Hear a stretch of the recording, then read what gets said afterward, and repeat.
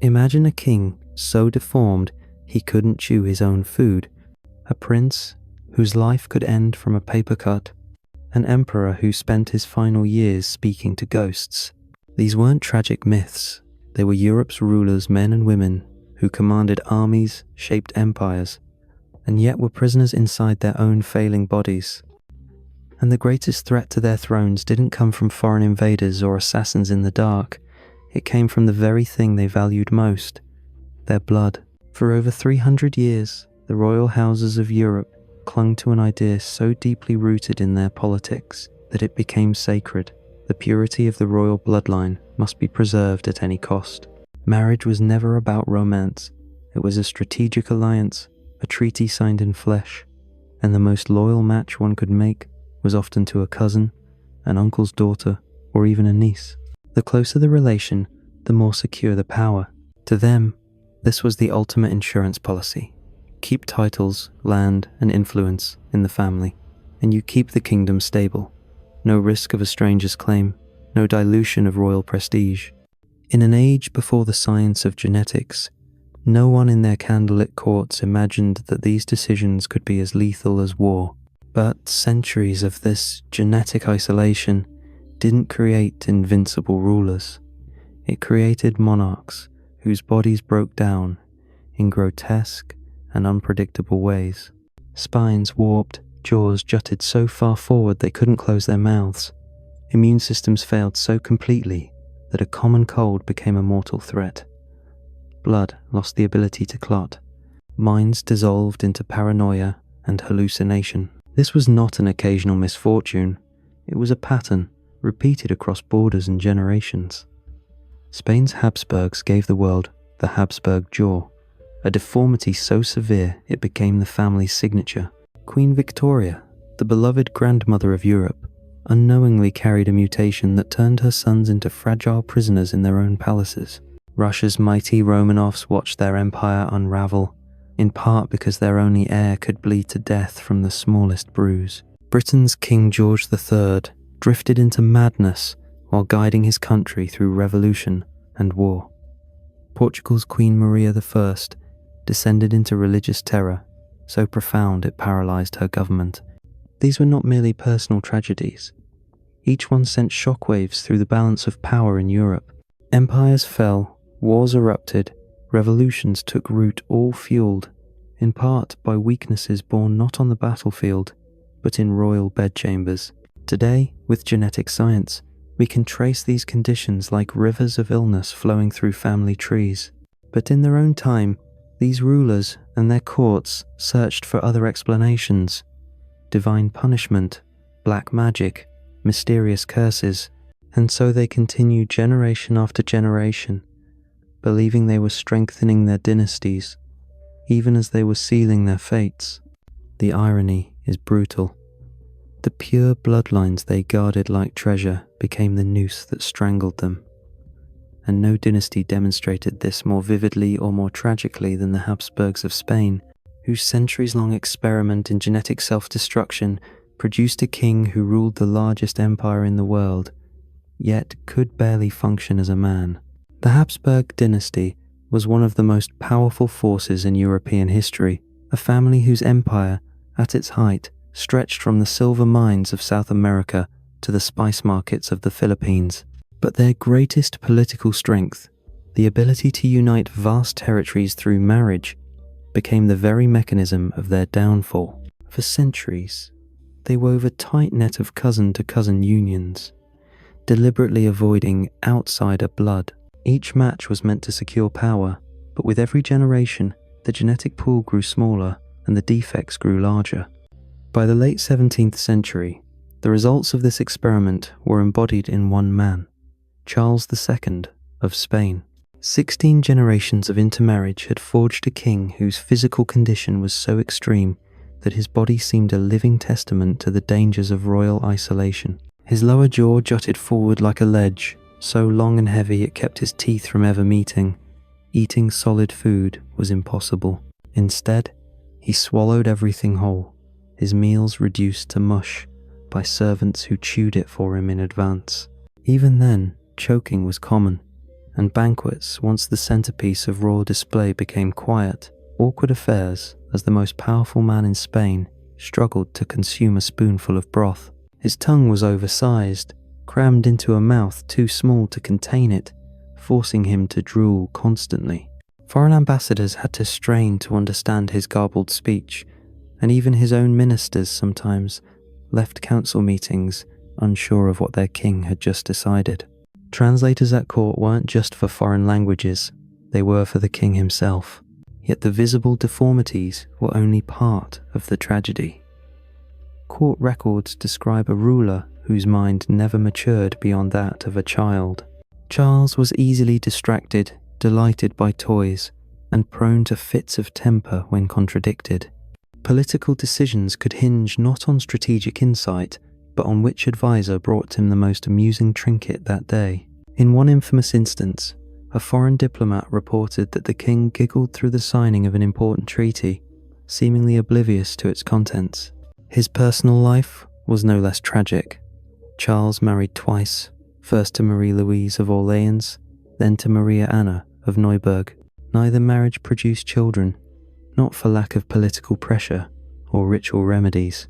Desperate to secure an heir, the Spanish court tried everything from sacred oils to prayer vigils, even turning to self-proclaimed witches to break what was thought to be a supernatural curse. The truth was far simpler and far crueler. Generations of inbreeding had left Charles sterile, his reproductive system as compromised as the rest of his body. Meanwhile, the Spanish Empire, still vast but increasingly fragile, drifted under his ineffective rule. While merchants and governors begged for reforms, Charles's court became a place of whispered jokes and careful deceptions. Ministers shielded him from bad news, foreign dignitaries maneuvered around his confusion, and Spain's enemies quietly took note. Every year the king survived, Spain's political position weakened a little more. The Habsburgs had once been masters of European politics, but in their obsession with keeping power inside the family, they had turned their own dynasty into a genetic trap. Charles II was not simply an unlucky ruler, born with defects. He was the predictable, inevitable outcome of a deliberate policy, the final draft of a royal blueprint centuries in the making. And as the king's health faltered, so too did the empire's grip on its vast territories. But the worst revelations about his condition, the true depth of the damage, would only come after his death, when his body was opened for the last time. By the final years of Charles II's reign, the whispers in the corridors of the royal Alcazar had grown louder. Servants noticed how often the king collapsed without warning, his body racked by seizures that left him pale and trembling, foam at the corners of his mouth. Even on his good days, a persistent tremor ran through his hands. Common colds sent him to bed for weeks. Chronic diarrhea made long audiences and public ceremonies a nightmare. Every appearance carried the risk of a humiliating accident in front of nobles and foreign ambassadors. His skin was sallow, stretched thin over a frame that seemed too frail to bear the weight of his ornate robes. Dark circles carved permanent shadows under his eyes. The sight of him at court banquets drooling slightly, head lolling as he tried to focus on conversation, became a kind of unspoken shame the nobles dared not mention. In 1700, after a prolonged illness, Charles II died at the age of 38. For Spain, his death was the end of the Habsburg line, but for the royal physicians, it was a chance to finally understand the full extent of the damage hidden beneath his ceremonial robes. The autopsy report reads like the inventory of a body that had been crumbling from the inside out for years.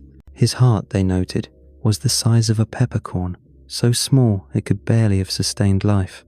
His lungs were black and corroded, signs of chronic infection and disease. The kidneys, instead of being firm and smooth, were decayed and riddled with lesions. But the most disturbing finding was perhaps the most personal. Charles possessed only one testicle, described as black as coal and shrunken to the size of a withered pea. It was a medical catastrophe in human form.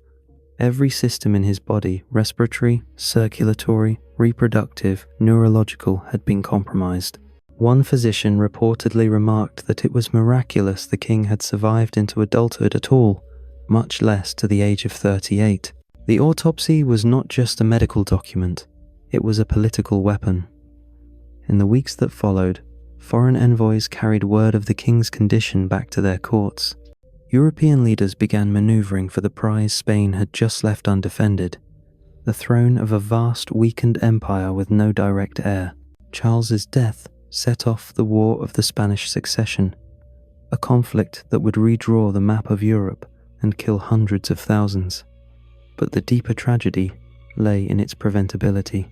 The disaster had not been the work of assassins or battlefield defeats. It had been built, brick by genetic brick, over 2 centuries of cousin marriage. The Habsburg family tree, once a sprawling web of alliances, had been pruned into a narrow, strangling noose. And with Charles II's last breath, it cinched shut. Spain would never again see a Habsburg king. Yet while the Habsburg experiment in genetic isolation had reached its gruesome conclusion, another dynasty seemingly untouched by such horrors was quietly preparing to unleash a genetic curse of its own.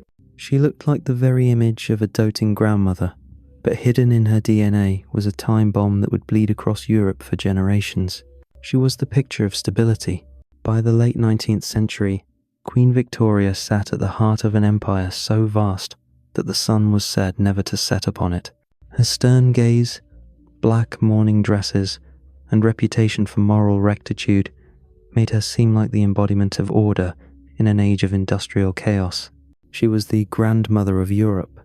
Her 9 children married into nearly every royal house on the continent. But behind that matriarchal image was something she herself never knew. She carried a flaw woven deep into her blood. A mutation in a single gene on her X chromosome that turned the most trivial injury into a potential death sentence. It was called hemophilia B, and for a royal house obsessed with heirs and stability, it was a genetic landmine. The cruel thing about hemophilia is its invisibility in carriers. Women who carry the mutation often show no symptoms at all. Men, however, have no such shield. Inherit that single defective X chromosome, and your blood loses its ability to clot. A bruise becomes a deep, spreading pool of internal bleeding. A paper cut refuses to close. A minor fall can fill a joint with blood until it swells grotesquely, locking it in agony. Victoria never bled abnormally, never limped from a swollen joint, never lived under the daily shadow of the disease, but her sons had a 50% chance of inheriting it in full. Her daughters had a 50% chance of becoming silent carriers like herself, passing it to their own children, without ever realizing it. And when you are the queen of the world's most interconnected royal family, your own children means everyone else's children too. In the political marriages of the time, this was no accident. Every match was calculated for maximum diplomatic advantage. Her daughter Alice married into the German royal family, Beatrice into the Spanish. Another daughter married a Russian Grand Duke. Each alliance was a new thread in the web of European monarchy, and each carried the hidden potential to spread the disease further. At first, no one noticed. Hemophilia was so rare in the general population that most doctors had never treated a case. When the first of Victoria's grandsons bled uncontrollably from what should have been a trivial wound, court physicians were baffled. They prescribed the medical wisdom of the era: bloodletting, leeches, purging treatments that not only failed, but accelerated the danger. It was like trying to put out a fire with gasoline. Yet this was not just a medical problem, it was a political one. Royals could not appear weak. The stability of a dynasty depended on the appearance of invincibility, and so palaces became theatres of deception. Official portraits were painted to hide bruises. Public appearances were scripted so that the young princes never risked a fall or injury. When a royal heir died from internal bleeding, the official cause was recorded as fever or sudden illness. Victoria herself may never have understood the scale of what she had unleashed. In her mind, she was strengthening the monarchy through marriage, binding the crowned heads of Europe together in a family alliance so dense that war between them would be unthinkable. But in reality, she had done something far more dangerous. She had armed the royal houses of Europe with a genetic curse that could pass silently for generations, striking without warning. By the dawn of the 20th century, this bleeding crown would reach its most infamous victim, a boy in Russia whose every stumble could mean death, and whose illness would open the door to one of history's most notorious and destructive figures. For the sons and grandsons of Queen Victoria who inherited hemophilia, royal life became a kind of gilded captivity. They were princes by title, but patients by reality, living under constant surveillance, their every movement calculated to avoid injury. The danger was relentless. A simple game of tag could end in a fatal internal bleed.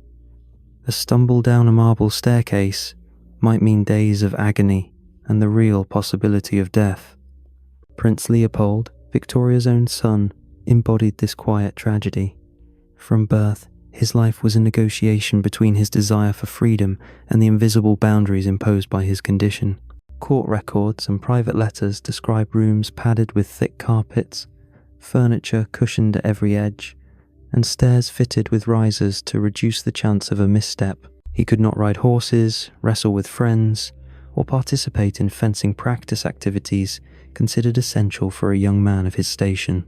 Even walking outside required an entourage ready to catch him if he fell. The fear was not paranoia, it was survival. A hemophiliac's wound might look small on the surface, but inside, blood could be pooling into joints, crushing cartilage, and distending skin until it shone with dark pressure. Infection was a constant threat. The treatments available, ice packs, compression, prayer, offered little more than comfort. In the absence of modern clotting factors, the only real defense was prevention, and prevention meant isolation. This isolation shaped not just the lives of the patients, but the psychology of their families. Mothers, often the silent carriers, lived with the unspoken guilt that they had passed the curse to their children. Fathers faced the cruel irony of grooming heirs who might not live to take the throne. Servants were trained not only in etiquette, but in emergency care. Some carried bandages and cold compresses tucked discreetly in their uniforms during public events. The secrecy surrounding these conditions created a parallel reality inside the palaces. Official portraits were staged with military precision to hide swelling or discoloration. Public ceremonies were choreographed to keep the princes still, their movements limited to scripted gestures. Onlookers might see a poised young royal standing beside his parents, unaware that under his tailored coat, his elbows or knees were wrapped in tight bandages to stem a slow, invisible bleed. The cover-ups weren't simply for pride, they were a matter of political stability. In an age when monarchies were already under pressure from growing democratic movements, a hint of royal frailty could become a weapon in the hands of republicans or rival claimants. Weakness, once revealed, was difficult to contain. A court whisper could become a diplomatic rumor, and a rumor could erode confidence in a dynasty's ability to endure. But the nature of hemophilia had an even crueler twist. Because it was inherited through the X chromosome, it often seemed to skip a generation. A family might believe the curse had passed them by, only to watch a grandson begin to bleed uncontrollably from a playground injury. It could lurk invisibly for decades before erupting in tragedy, a genetic ghost that haunted every royal birth. By the turn of the century, the disease had woven itself into the family trees of Britain, Germany, Spain, and, most fatefully, Russia. And in the icy grandeur of St. Petersburg, one small boy's inherited illness would prove far more dangerous to the Russian Empire than any army massing at its borders. The spread of hemophilia through Europe's royal houses was as invisible as it was unstoppable. Unlike the Habsburg deformities, which could be seen in every portrait, this was a hidden affliction, a silent passenger carried in the blood of queens and princesses who appeared perfectly healthy. And because it travelled on the X chromosome, its path through history was erratic, skipping some generations entirely, only to resurface in others with sudden, devastating clarity. In Britain, Queen Victoria's son Leopold had lived a life of caution and constant risk. In Germany, her daughter Alice unknowingly passed the gene to her descendants, creating a lineage of fragile princes. In Spain, The marriage of Princess Beatrice brought the mutation into another royal bloodline, threatening heirs there as well. But it was in Russia that the curse found its most consequential stage. By the early 1902, the disease was present in 4 of Europe's most influential dynasties. Doctors of the time, unfamiliar with the genetic mechanism, could not explain why one healthy-looking royal family would suddenly produce a son whose blood refused to clot. They treated each case as an isolated misfortune, not realizing they were witnessing a single genetic mutation ripple across an entire continent's ruling class. This misunderstanding worked in the royals' favor at least for a while.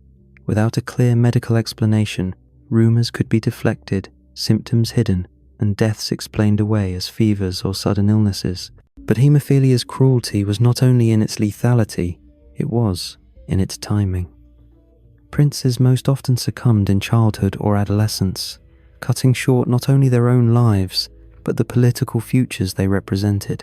The geopolitical consequences were subtle but real. In an era when monarchies were facing challenges from republicans, socialists, and nationalists, the loss of a healthy male heir could weaken a dynasty's standing. Succession crises invited intrigue, encouraged foreign meddling, and emboldened domestic opposition. And in the tightly woven web of European royal alliances, one tragedy could ripple outward, affecting the balance of power far beyond the afflicted palace. By 1920, hemophilia had touched the royal families of Britain, Germany, Spain, and Russia, its victims ranging from little-known princes to heirs of empires. In most cases, the public never knew the truth. The same newspapers that printed detailed reports of royal weddings and christenings remained silent about the real cause of a young prince's sudden death. But inside the palaces, the fear was constant. Every new male birth carried with it a question no one dared to ask aloud. Would this child grow to wear the crown, or would he be gone before he ever had the chance? In St. Petersburg, that question would be answered in the most public and politically disastrous way possible.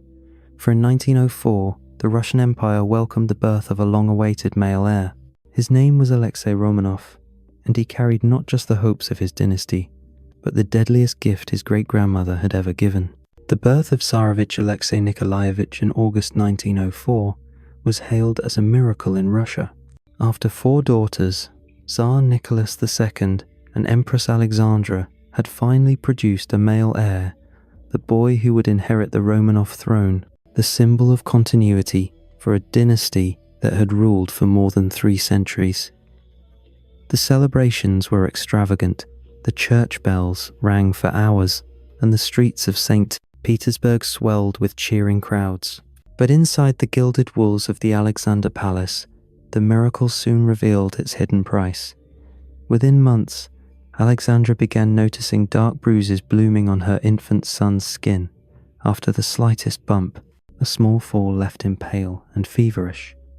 The truth emerged in whispers from the palace physicians. Alexei had hemophilia. The condition's cruelty became apparent quickly. Even in infancy, a minor injury could set off internal bleeding. As he grew, the dangers multiplied. His knees and elbows would swell to grotesque sizes when blood seeped into the joints, stretching the skin until it shone tight and purple.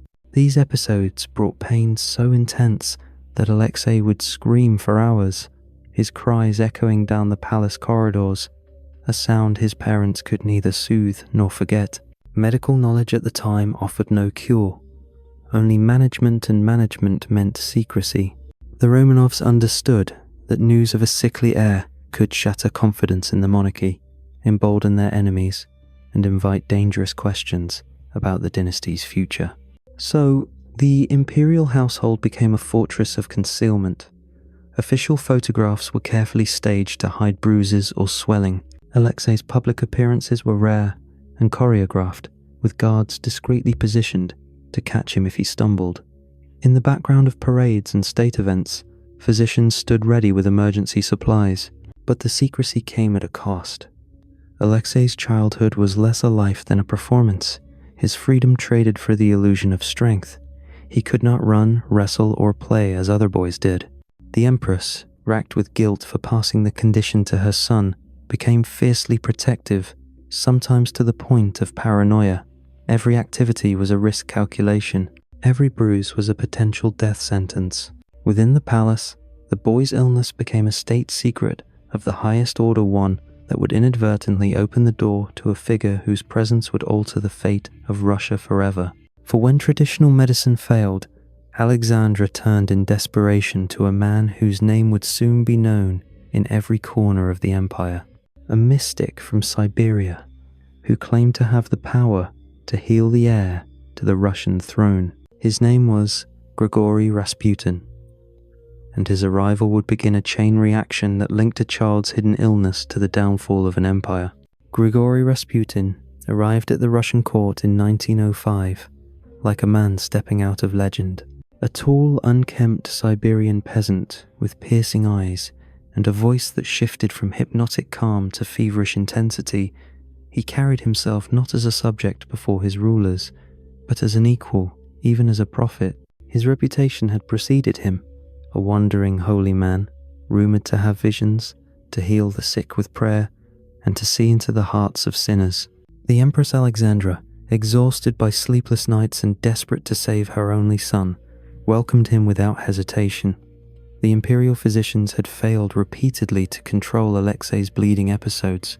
Every injury meant agony and days of helpless waiting, fearing that each one might be his last.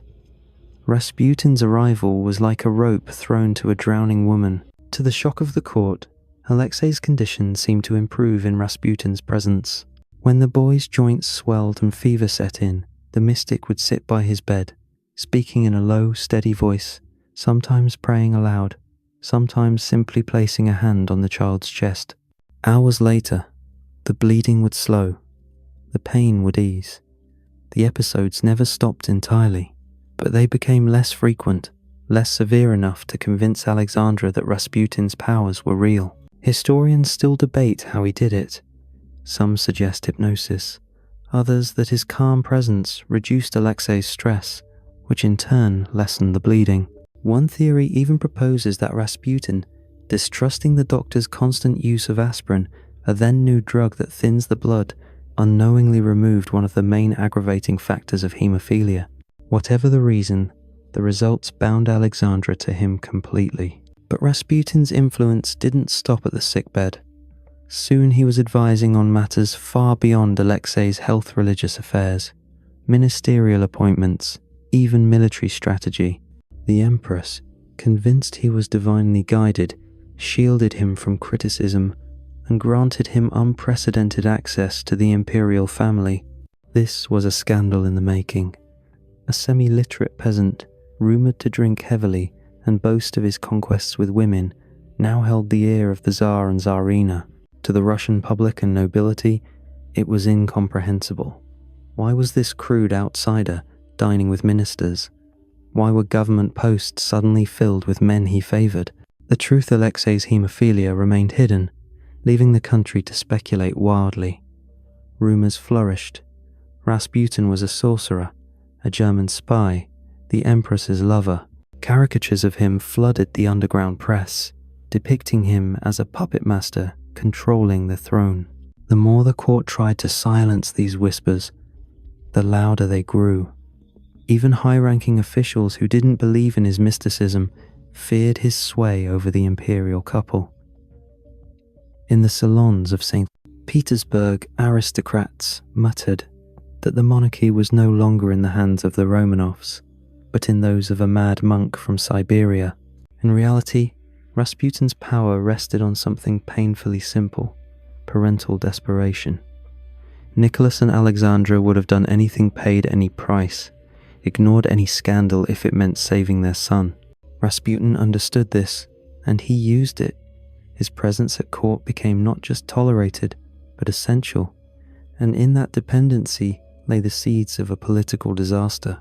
Because while the Tsar's armies struggled at the front and the Russian people grew restless, the empire's future was being shaped in the shadows in the private rooms where a dying boy lay, and a mystic whispered in his ear. By the second decade of the 20th century, the Russian Empire was a giant with crumbling foundations.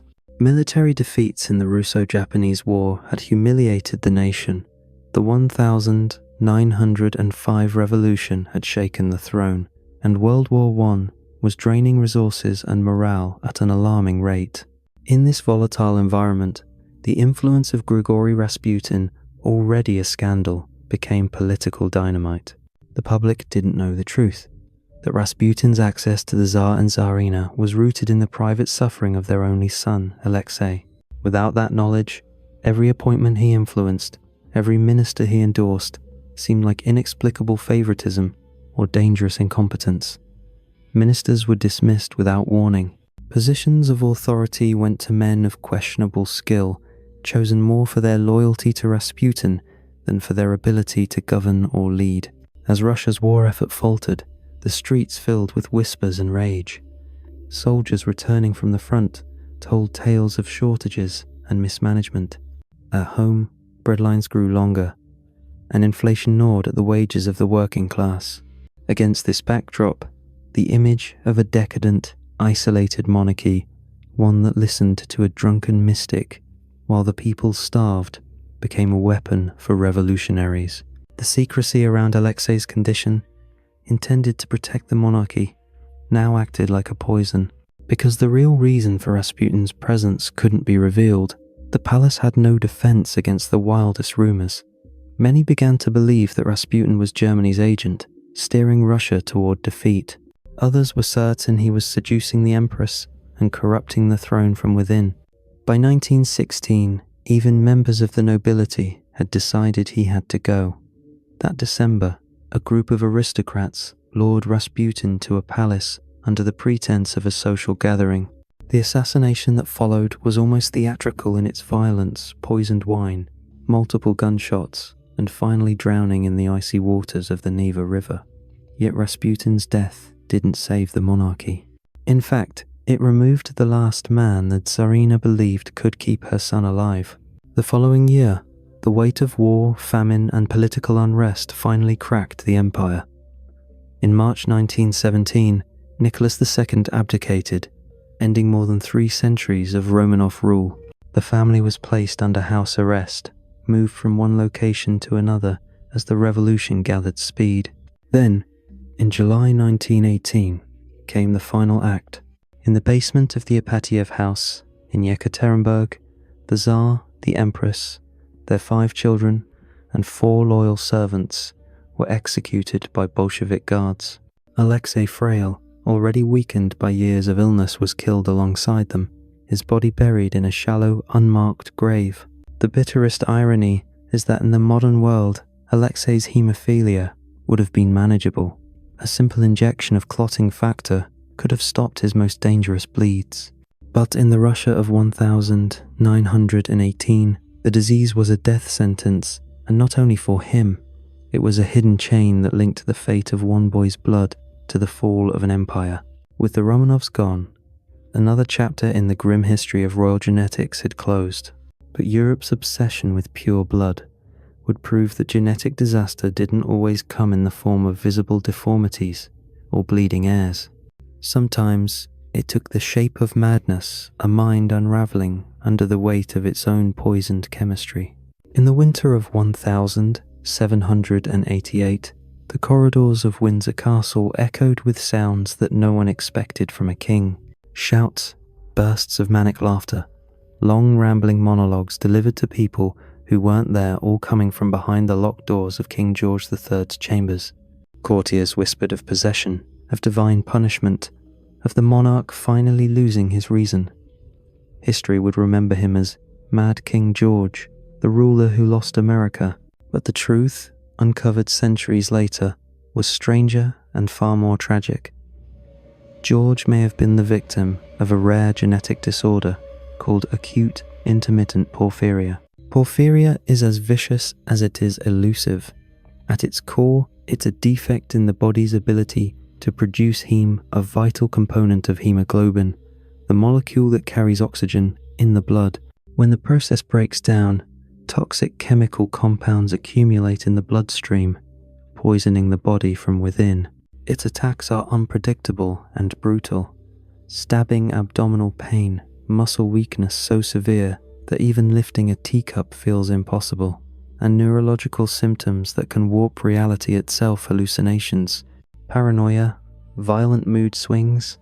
In George's case, these symptoms often struck at the worst possible political moments. In 1765, just as tensions with the American colonies were rising, he suffered his first major episode. Letters from the time describe him talking rapidly and incoherently for hours, pacing until exhausted, and insisting on decisions that baffled his ministers. During the 1788-89 crisis, the symptoms intensified. He believed London was underwater, held conversations with long-dead relatives, and tried to physically attack his own son, the Prince of Wales. The treatments of the era were as cruel as the disease. Ice baths to cool the brain, blistering agents to draw out bad humours, and physical restraints to prevent harm measures that left the king bruised and weakened. In moments of lucidity, George reportedly wept with shame over his condition, aware that the realm could not be governed by a man whose mind might collapse without warning. What makes his story even more haunting is how closely it ties into the politics of his reign. Modern analysis suggests that porphyria can trigger stubbornness and an inability to compromise during attacks. In hindsight, this raises a tantalizing question. How much did his illness shape his intransigent stance toward the American colonies?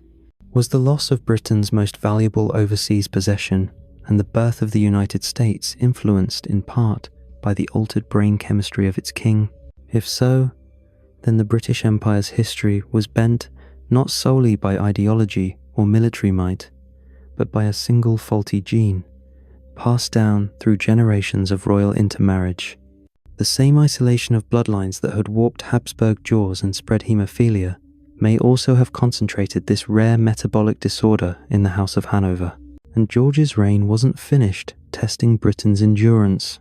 As Napoleon's star rose over Europe, the king's condition would return with greater ferocity, plunging his court and his empire into a constitutional crisis over who truly held power in the kingdom. By the early 19th century, Britain stood at the edge of both triumph and catastrophe. The Napoleonic Wars raged across Europe, draining the nation's coffers and testing its armies. At home, Parliament was split between those urging aggressive engagement and those calling for cautious diplomacy. In theory, the ultimate decision rested with King George III, but the man on the throne was no longer the man who had once presided over Britain's imperial zenith. His porphyria attacks had grown more frequent and more severe.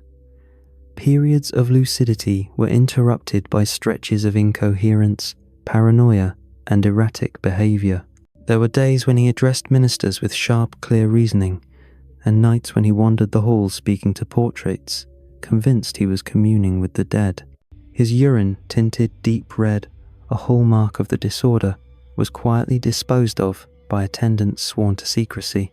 The government was forced into a precarious balancing act, shielding the king's condition from public knowledge while ensuring that essential state business continued. Ministers found themselves making critical decisions without royal consent, relying on the hope that the king, when lucid, would retroactively approve them.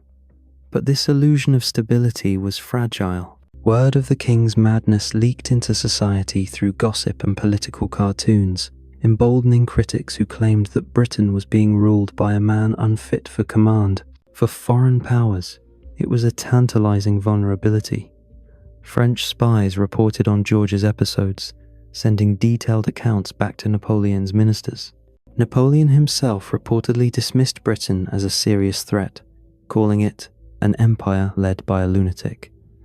The mere perception of instability at the top was enough to invite bolder moves from Britain's rivals. By 1811, the situation could no longer be managed behind palace walls. George's condition had deteriorated to the point where he could not perform even the most basic duties of state. Parliament passed the Regency Act, formally transferring power to his son, the future George IV, as Prince Regent. It was a constitutional necessity, but also a public admission that the king was no longer capable of ruling. George III would linger for another 9 years, but his reign was effectively over. Blind, deaf, and locked deep in the fog of his illness, he spent his final years in isolation at Windsor Castle, attended by physicians and a small circle of loyal servants. He never knew when his wife, Queen Charlotte, died in 1818. When he himself passed in January 1820, Britain had long since moved on, the machinery of empire grinding forward without him. His story was another stark reminder that the so-called purity of royal blood could be as much a curse as a crown. Just as the Habsburg jaw had crippled Spain and hemophilia had helped unravel Russia, Britain's king had been undone not by foreign conquest, but by a hereditary flaw in his own body chemistry, a flaw sharpened and preserved by centuries of selective breeding within a narrow aristocratic pool. And if madness could paralyze an empire, what could happen when it took root not just in one ruler, but in an entire royal family? In Portugal, the answer would be chaos, a kingdom governed by fear, prophecy, and the screams of a queen convinced she was already damned. When Maria I ascended to the Portuguese throne in 1777, she was hailed as a capable, devout, and intelligent monarch. Her early reign was marked by stability, wise counsel, and an earnest dedication to faith. She was deeply religious, a trait admired by her people and encouraged by her court. But within a decade, that same devotion would become the lens through which her mind fractured, and the kingdom would watch as their queen transformed into a figure of terror and instability. By 1786, whispers began to circulate in Lisbon. The queen had grown withdrawn, her expressions clouded with anxiety.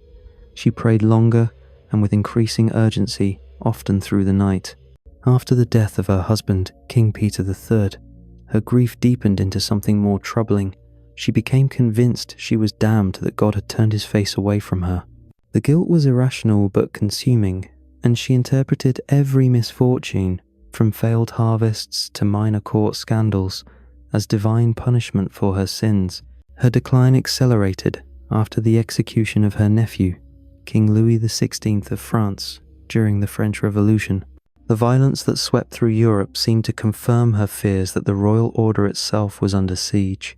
She began speaking of visions, of demons waiting to drag her to hell. At night, her screams carried through the corridors of the royal palace, echoing down marble halls and into the streets beyond. Those close to her described fits of religious mania, hours of frantic prayer, interrupted by wailing or sudden accusations that those around her were agents of the devil. She refused to sign state documents, convinced that doing so would somehow condemn her soul. Council meetings collapsed under her interruptions as she shouted over ministers with sermons and prophetic warnings. The illness was not an isolated misfortune. Mental instability ran through the Portuguese royal family, a likely product of generations of inbreeding between closely related Iberian dynasties. Maria herself was the daughter of an uncle-niece marriage, and her ancestors had repeatedly intermarried with the Spanish Habsburgs, importing their already compromised genetic stock. The result was a slow accumulation of hereditary vulnerabilities, including a predisposition to mental illness.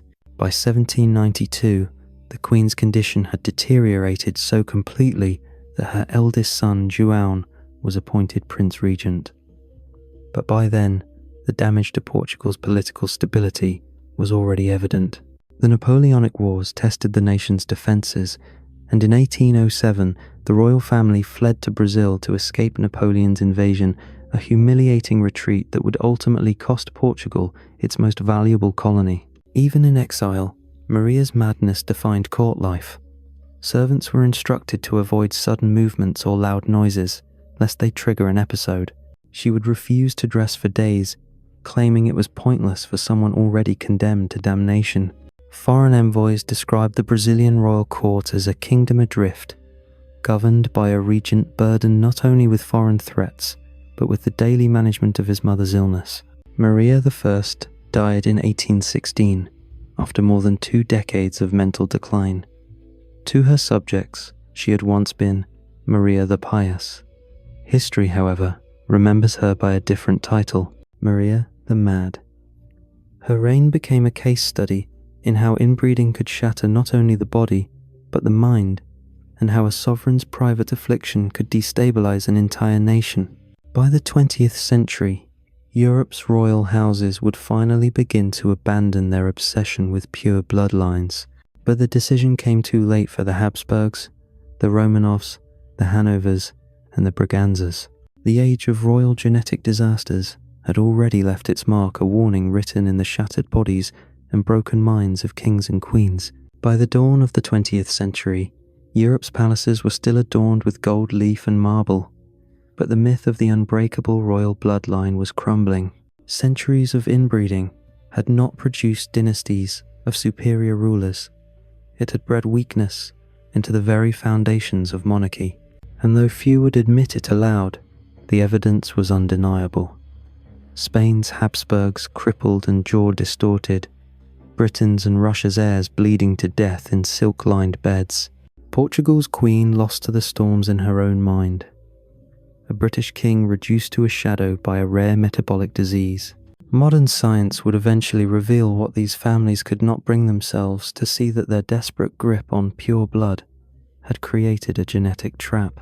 With each generation of cousin marriages, the pool of genetic diversity narrowed, allowing rare mutations to flourish and common ailments to take devastating forms. What had once been seen as a symbol of dynastic strength was, in truth, a slow form of self-destruction. The end came quietly, without a single grand proclamation. In the wake of revolutions, wars, and the steady rise of democratic governments, European royalty began marrying outside the narrow circle of royal houses. Love matches became possible, even common, and with them came an influx of healthier genes. The survival of the institution, it turned out, depended on letting go of the very tradition that had once defined it. Today, the descendants of those same dynasties live with far fewer of the physical and mental afflictions that plagued their ancestors. Hemophilia no longer claims young princes before they can grow into kings. Porphyria is a manageable condition rather than a political catastrophe. The Habsburg jaw exists mostly as a historical curiosity in portraits and medical texts. The tools of modern genetics can now trace these mutations, diagnose them early, and in some cases prevent their transmission altogether. And yet, the shadow of those centuries lingers. The portraits of Charles II, the fragile diaries of hemophiliac princes, the mad letters of George III, and the whispered accounts of Maria Dine's nights of screaming remind us that the fate of nations can hinge on the unseen threads of DNA. Empires were won and lost not only on battlefields and in council chambers, but in the silent, invisible lottery of hereditary genetics. The lesson is as much about human nature as it is about biology. The belief that power can be made permanent by sealing it off from the outside world is a dangerous illusion. In the end, the walls built to protect the bloodline became its prison, and the key to escape was to let new blood in. The era of pure royal blood is over, but the stories it left behind remain among the most haunting in history, a reminder that sometimes the deadliest threats to a throne are not armies or assassins, but the secrets carried silently in the veins of its kings and queens.